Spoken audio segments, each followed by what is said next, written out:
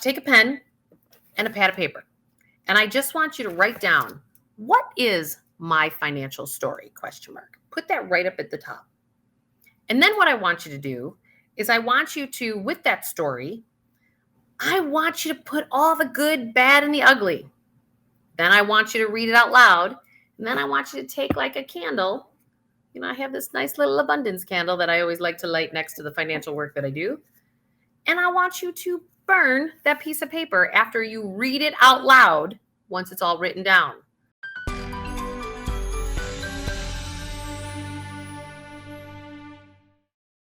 Hey, Julie Murphy here, and today I'm going to share with you 5 ways that I find that people fail to financially launch themselves. Okay, are you ready? Before we do that, hit that subscribe, like, and notification bell. Why? Because we are going to get you to a life that you absolutely love because you deserve it. And so let's jump into these 5 most common ways that I've seen people fail to financially launch. First and foremost, it's the stories that we tell ourselves in our head. We have to understand that whatever we have hooked to, whatever story. So let me give you an example. I am the second oldest of 12 children.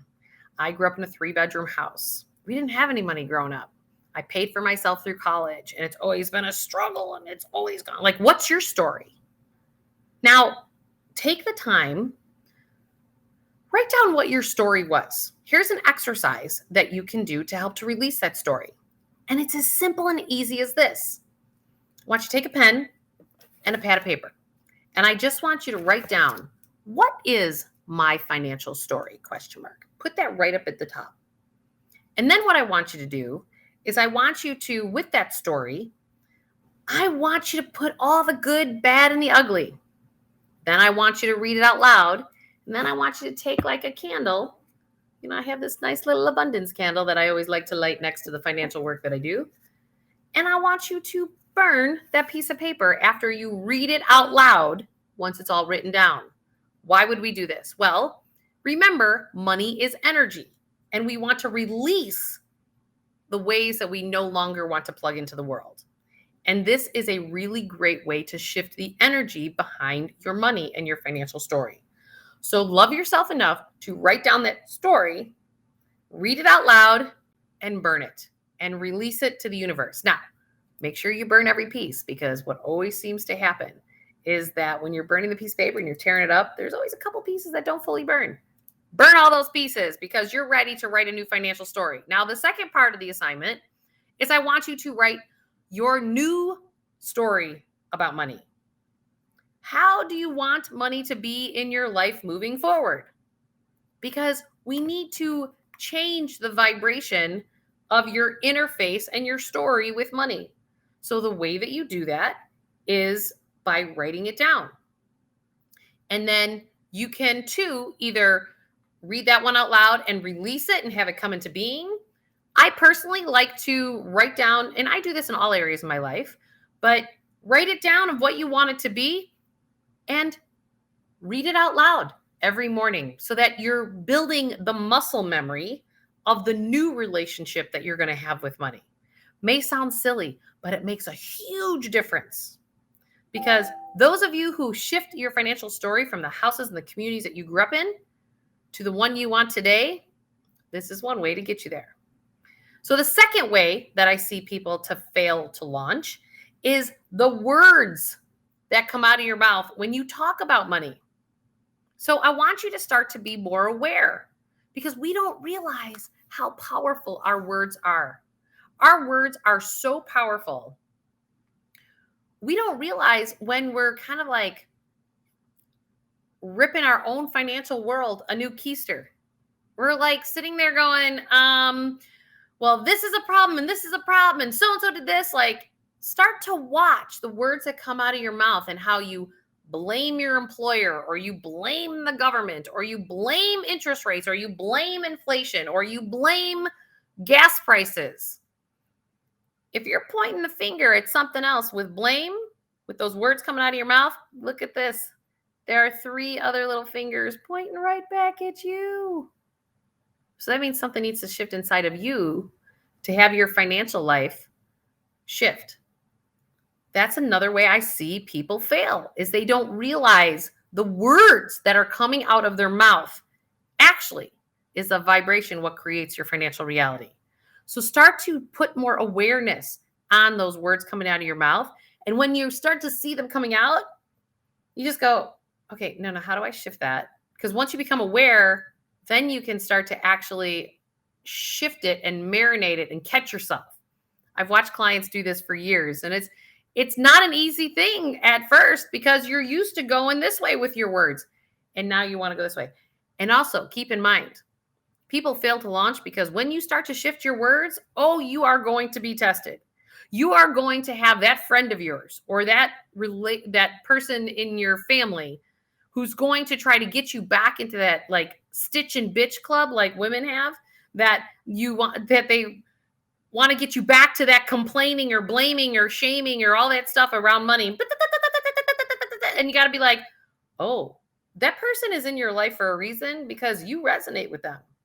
So if you don't want to be like that anymore, maybe while you're trying to build this new muscle, plugging the world differently, spend a little bit less time with those people who are going to reinforce the old you and how you talk about money and your relationship with money and your struggles with money or your survival methods with money. You want to limit your time with those people. Okay. Otherwise, you become the company you keep. So just know that that's reality. All right. The third way that I see people fail to launch is in relationships.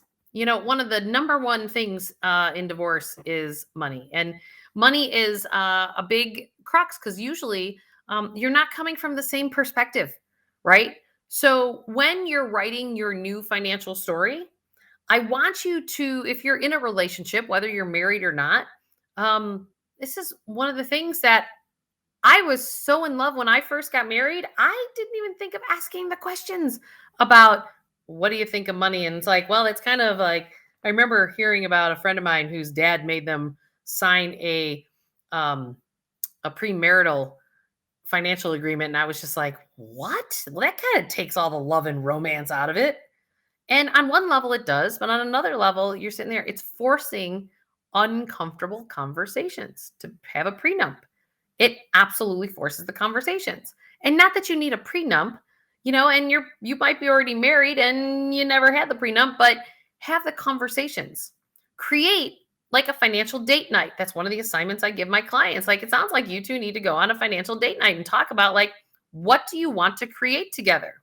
Because look at reality while looking at what you want to create in the future and how do you shift that? How do we get to that bridge? But if you're not periodically checking in on your money scenario to see like, is it rocking and rolling in the life that we want to create or not? You just never know.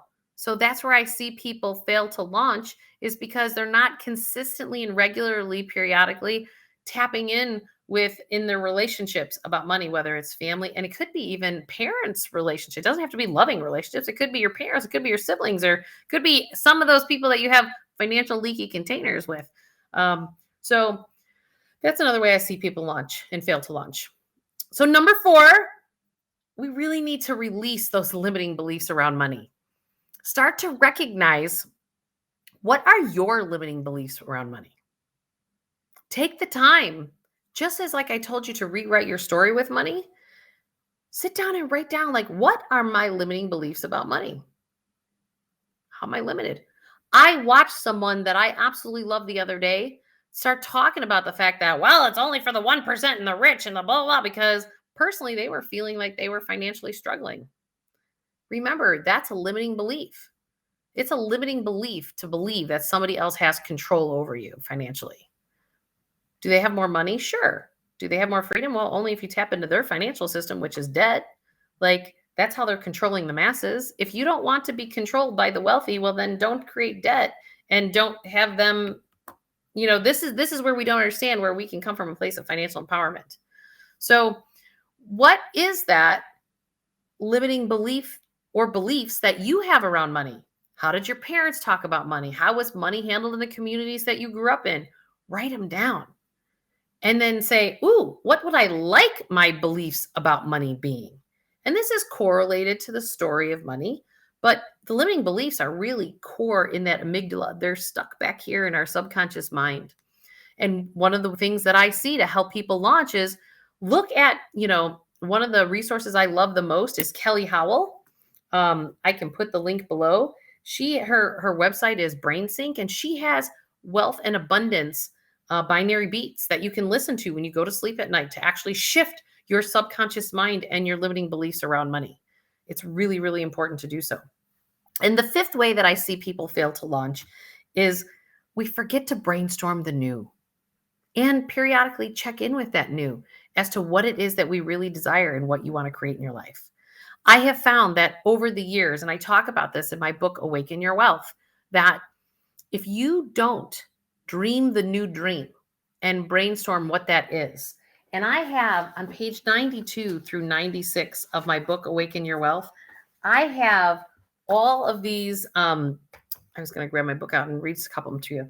There are a whole list of questions in here in Awaken Your Wealth that if you're having a challenge brainstorming those ideas, I have pages of questions throughout the years of being a financial planner of what are personal life brainstorming questions. What do you want to create there? How about your work life? You want a work life?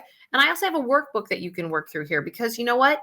You deserve to have exactly the life that you desire, but I need you to backdoor your subconscious mind, and we need to start to create that flower to bloom into a life that you love, as opposed to it continuing to rot and be frustrated and shocked by everything that's going on in the macro world. Because what's going on in the macro world, if you're not living a life that you love, that's when all those things bother you. When you have a life that you love, you're not going to like those things that are happening outside of yourself, but you can actually shift it to be something a hell of a lot better when you're sitting there living a life that you love. But most of us have to shift from this place of survival and scarcity when it comes to our ways that we haven't launched in life the way that we really desire to do.